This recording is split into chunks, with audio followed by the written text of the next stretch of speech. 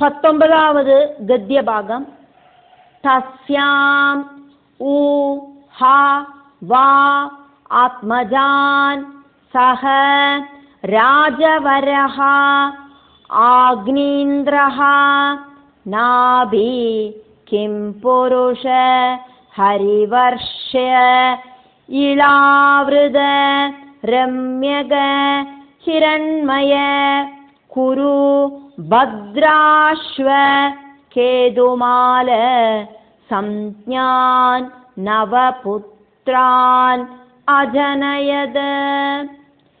தஸ்யாமுஹவ ஆத்மஜான் சராஜவராக்னீந்திரோ நாபி கிம் புருஷ ஹரிவர்ஷேளாவ்ருத ரம்யக ஹிரண்மய குருபத்ராஸ்வ கேதுமால சம்ஞான் நவபுத்ரானஜனயத.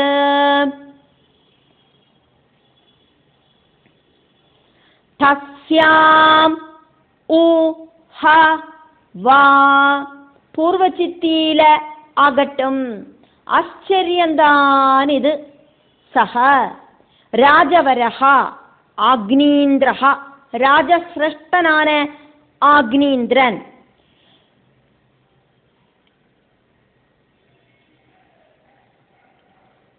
நாபி கிம்புருஷன் ஹரிவர்ஷன்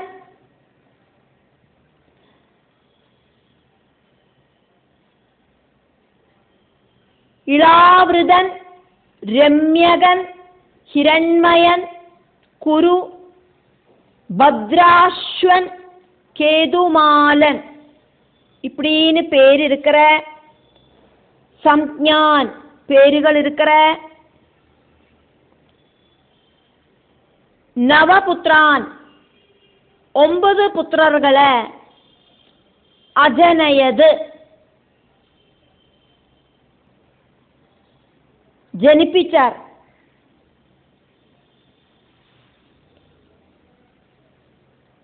நாபி கிம்புருஷன் ஹரிவர்ஷன் இளாவிருதன் ரம்யகன் ஹிரண்மயன் குரு பத்ராஸ்வன் கேதுமாலன் இப்படின்னு 9 புத்திரர்கள் ஆக்னீந்திரனுக்கு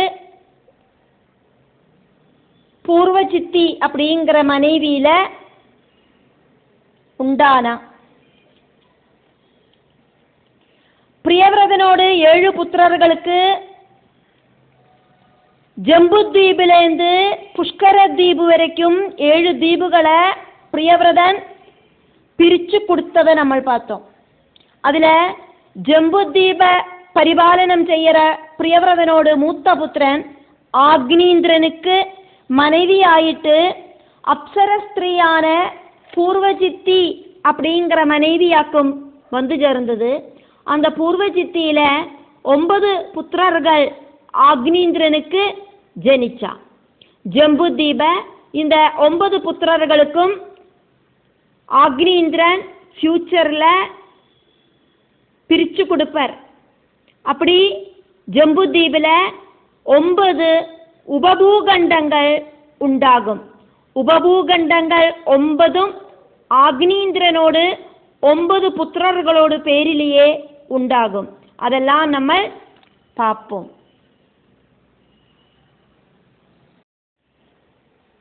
இருபதாவது கத்திய பாகம். சா சூத்வா அத சுதான் நவ அனுவல்சரம் கிருஹே ஏவ அபஹாய பூர்வசித்திஹி பூய ஏவ அஜம் தேவம் உபதஸ்தே. சா சூத்வாத சுதான் அனுவல்சரம் கிருஹ ஏவாபஹாய பூர்வசித்தேர் பூய ஏவாஜம் தேவமுபதஸ்தே. சா பூர்வசித்தி அப்படின்னு பேர் இருக்கிற ஆக்னீந்திரனோடு மனைவி. அனுவல்சரம் தொடர்ந்து ஒவ்வொரு வல்சரம் முடியர்த்தியும் சுதான் புத்திரர்களை சூத்வா பிரசவிச்சா. தேவஸ்திரீ ஆனதினால பூமியில நிறைய காலம் வாழறதுக்கு சாதிக்காது. அவளுக்கு பூமிவாசம் அப்படிங்கிற அந்த காலம், அனுபவிக்க வேண்டிய காலம் முடியற வரைக்கும் மட்டும்தான் இந்த பூமியில வசிக்கிறதுக்கு சாதிக்கும்.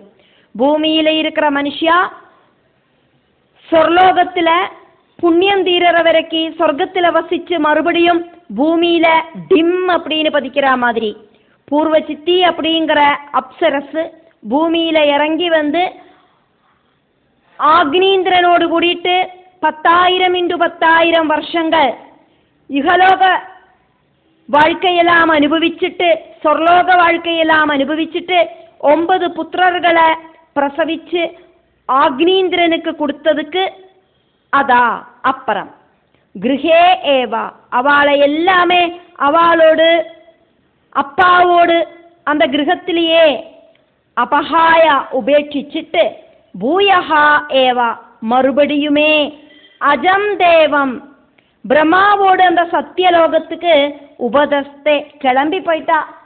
ஆக்னீந்திரன் கிட்ட போயிட்டு வரேன்னு ஒரு வார்த்தை கூட சொல்லாம திடீர்னு போயிட்டா.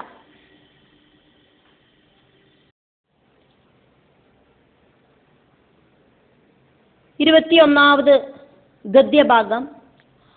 ஆக்னீந்திரசுதாஹ தே மாதுஹு அனுக்ரஹாத் ஔத்பத்திகேன ஏவ சம்ஹனன பலஹ உபேதாஹ பித்ரா விபக்தாஹ ஆத்மதுல்யநாமானி யதா பாகம் ஜம்புத்வீபவர்ஷாணி புபுஜுஹு.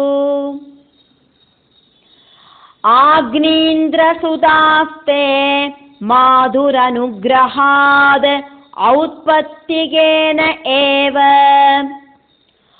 ஆக்னீந்திரசுதாஸ்தே மாதுரனுக்ரஹாத் ஔத்பத்திகேனைவ சம்ஹனன பலோபேதாஹ பித்ரா விபக்தா ஆத்மதுல்யநாமானி யதா பாகம் ஜம்புத்வீபவர்ஷாணி புபுஜுஹு.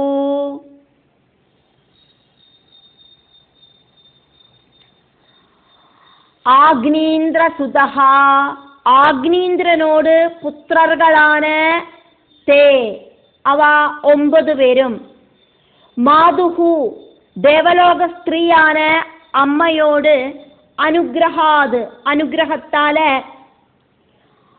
ஔத்பத்திகேன ஏவா ஜனிச்ச உடனே இந்த பூமியில ஜனிச்ச உடனே சம்ஹனன பலஹா ரொம்ப ரொம்ப சரீர பலம் உபேதாக வந்து சேர்ந்துட்டு பித்ரா விபக்தாக அப்பாவான ஆக்னீந்திரன் ஜம்புத்வீப 9 பார்ட்டாயிட்டு செப்பரேட் பண்ணி விபஜிச்சு அவளுக்கு கொடுத்ததால அப்படி அவ அந்த ஜம்புத்வீபோடு அதிகாரிகளாயிட்டு பவிச்சா.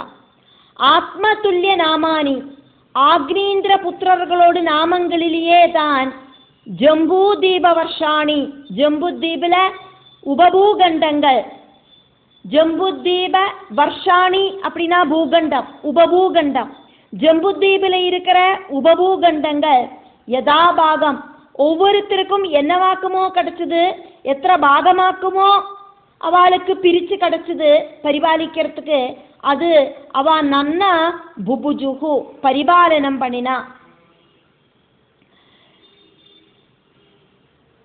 இப்படி 9 பிரிச்சு கொடுத்த உபபூகண்டங்களில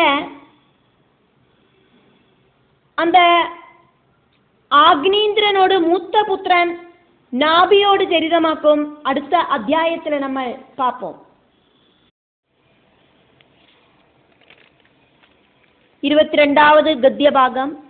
ஆக்னீந்திரஹ ராஜாஹ அதிருப்தஹ காமானாம் அப்சரசம் ஏவம் அனுதினம் அதிமன்யமானஹ തസ്യാഹ സലോകതാം ശ്രുതിഭിഃ അവാരുന്ത യത്ര പിതരഃ മാദയന്തെ ആഗ്നീന്ദ്രോ രാജാഃ അതൃപ്തഃ കാമാനാം അപ്സരസം ഏവം അനുദിനം അതിമന്യമാന തസ്യാഹ ആഗ്നീന്ദ്രോ രാജാ അതൃപ്ത കാമാനാം അപ്സരസമേവാനുദിനമതിമന്യമാനസ്തസ്യ സലോകതാം ശ്രുതിഭിരവാരുന്ത യത്ര പിതരോ മാദയന്തേ. ஆக்னீந்திரன் அப்படின்னு பேர் இருக்கிற ராஜாவுக்கு காமானாம் அதிருப்தா, ஆக்ரகங்கள் அப்படிங்கிறது பூர்ணமாகலை. அவருக்கு போரும் இந்த பூலோக வாசம் அப்படிங்கிற அந்த ஒரு சாட்டிஸ்ஃபேக்ஷன் உண்டாகலை, சந்திருப்தி அப்படிங்கிறது உண்டாகலை. அவரோட ஆசைகள் அப்படிங்கிறது அதுக்கு ஒரு ஃபுல் ஸ்டாப் வந்துட்டில்லை, இந்திரிய கண்ட்ரோல் அவருக்கு கிடைச்சிட்டில்லை. அப்சரசாமேவா, பூர்வ சித்தியையே அந்த மனைவியையே அனுதினம் எல்லா நாளும் எப்பவும் அதிமன்யமானஹா ரொம்ப ஜாஸ்தியாக சிந்தனை பண்ணிட்டே இருந்தார். நீ இல்லாதக்கு நான் எப்படி வாழுவேன் அப்படின்னு. தஸ்யாஹா மனைவியோடு சலோகதாம் அவாருந்தா, மனைவியோடு லோகத்தில் அவரு போய் சேர்ந்தார். அவரு போய் சேர்ந்தது எப்படி அப்படின்னாக்கா ஸ்ருதிபிகி, பலவிதத்தில் இருக்கிற யாக கர்மங்களை செஞ்சுட்டு வேத மந்திரங்கள் உபயோகிச்சு யாகம் பண்ணி பிதிருலோகத்துக்கு அவரு எத்திப்பட்டார். எத்ரா ஏது லோகத்திலேயாக்குமோ பிதரஹா பிதிர்கள் மாதயந்தே நன்னா குஷியோடு கூடிட்டு வாழறா அந்த பிதிருலோகத்துல ஆக்னீந்திரன் வந்து சேர்ந்தார். அதுக்காயிட்டாக்கும் யாக கர்மங்கள் அவர் செஞ்சது. மனைவி இல்லாத இந்த பூலோகத்துல வாழறதுக்கு சாத்தியமில்லை அப்படின்னு சிந்திச்சு மனைவியையே நினைச்சு பலவித யாக கர்மங்கள் செஞ்சு அது வேணும் இது வேணும் அப்படிங்கிற ஆக்ரஹ பூர்த்தீகரணங்களுக்கு ஆயிட்டு யாகங்களை செஞ்சு பிதிர்லோக பிராப்தி நேடினார். பலவிதமான பௌதீக ஜீவித ஐஸ்வர்யங்களை நமக்கு தரவாளாக்கும் பிதிர்கள், அப்படி இருக்கிற பிதிர்லோகத்தில் அவர் எத்தி சேர்ந்தார். பரம்பொருளை தியானிச்சானா டைரக்ட் ஆயிட்டு முக்தி கிடைக்கும்.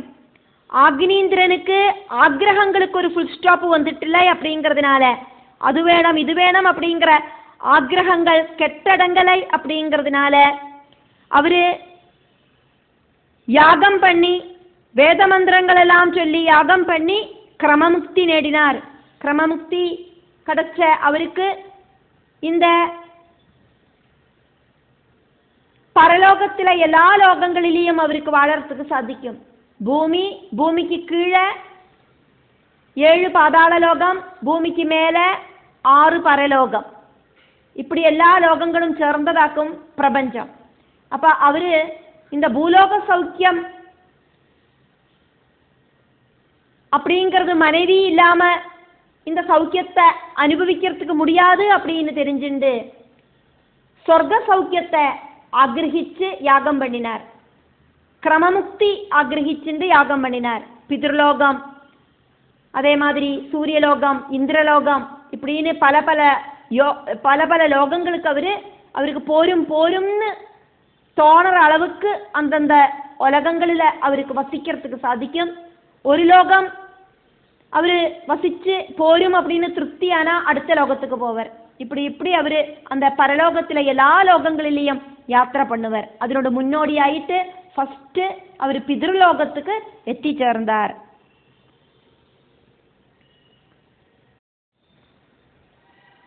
இருபத்தி 3வது கத்திய பாகம்.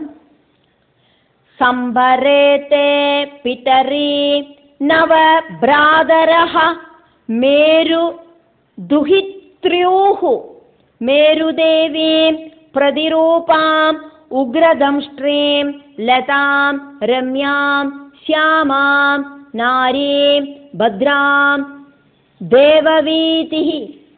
தேவவீதீம் இதி சப்ஞா நவ உத்வஹன் சம்பரேதே பிதரே நவ பிராதரோ மேருதுஹித்ர்யூர்மேருதேவி பிரதிரூபாமுக்ரதம்ஷ்ட்ரீம் லதாம் ரம்யாம் ஷியாமாம் நாரீம் பத்ராம் தேவவீதீமிதி சப்ஞா நவ உத்வஹன்.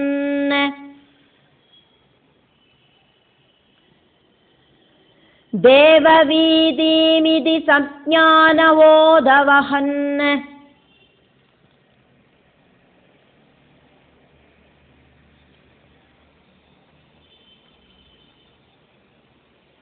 பிதரி சம்பரேதே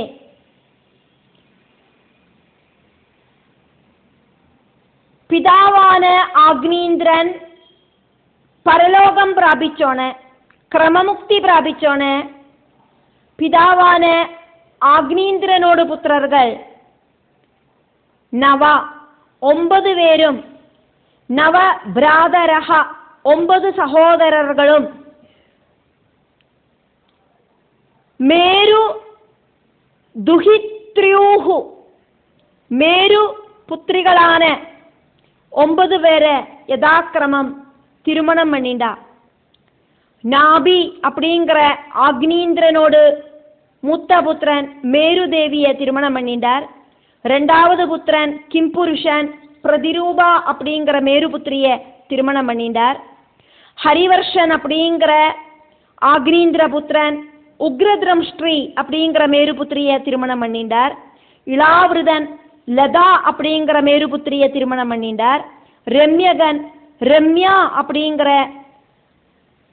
மேரு புத்திரியை திருமணம் பண்ணிண்டார். ஹிரண்மயன் ஷியாமா அப்படிங்கிற மேரு புத்திரியை திருமணம் பண்ணிண்டார். குரு நாரி அப்படிங்கிற மேரு புத்திரியை திருமணம் பண்ணிண்டார். பத்ராஸ்வன் பத்ரா அப்படிங்கிற மேரு புத்திரியை திருமணம் பண்ணிண்டார். கேதுமாலன் தேவவீதி அப்படிங்கிற மேரு புத்திரியை திருமணம் பண்ணிண்டார். ஆக்னீந்திரனோடு 9 புத்திரர்களும் மேரு அப்படிங்கிற பிரஜாபதியோடு 9 புத்திரிகளை திருமணம் பண்ணிண்டா. இது இப்படியெல்லாம் சப்ஞா பேர் இருக்கிறவாள நவா 9 கன்யகளை உத்வஹன் அவா 9 பேரும் திருமணம் பண்ணிண்டா. இப்படி சொல்லிண்டு ஸ்ரீமத் பாகவதத்தில் பஞ்சமஸ்கந்தத்தில் 2வது அத்தியாயம் முடிவடைகிறது.